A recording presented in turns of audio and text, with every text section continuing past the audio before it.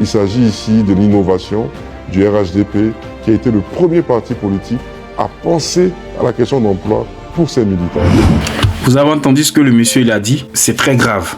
C'est très grave et ça reste une discrimination. Voilà. Pour ceux qui ont regardé la vidéo en entier, pour ceux qui n'ont pas regardé, je vais résumer ce que le monsieur il a dit. Il a dit e-emploi RHDP est là pour informer les jeunes du RHDP sur les offres d'emploi en Côte d'Ivoire. E-emploi RHDP est là pour former les jeunes du RHDP parce que dans e-emploi RHDP, il y a des petits tutos, des petites vidéos où on apprend à faire des CV, des lettres de motivation. Voilà. Donc, pour moi, ça reste toujours de la discrimination. Parce que si tu as en face de toi un jeune qui ne s'intéresse pas vraiment à la politique, qui veut juste travailler, qui veut juste se former, il ne peut pas apprendre à faire de CV ni de lettres de motivation. Il ne peut pas avoir d'informations sur les offres d'emploi en Côte d'Ivoire parce qu'il n'est pas RHDP. Ça reste toujours une discrimination. Si on veut informer les jeunes, il faut informer tout le monde. Le RHDP, c'est le parti au pouvoir. Donc, créer cette plateforme, pour moi, c'est de la discrimination. Si on veut créer une plateforme pour informer les jeunes sur les offres d'emploi,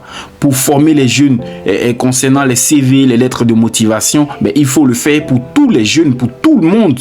On ne peut pas le faire seulement pour une catégorie de personnes parce qu'ils sont RHDP. Non, c'est de la discrimination. Et ça, je le répète, vous êtes le parti au pouvoir. Il faut savoir aussi que la Côte d'Ivoire a perdu plus de 3000 personnes à cause de la discrimination. Voilà, et ça, tout le monde le sait. Notre histoire, elle est récente. Donc pour moi, je ne vais pas jouer avec tout ce qui est discrimination parce qu'on a assez souffert avec cette histoire de discrimination là. Abonne-toi, like et partage pour plus de contenu.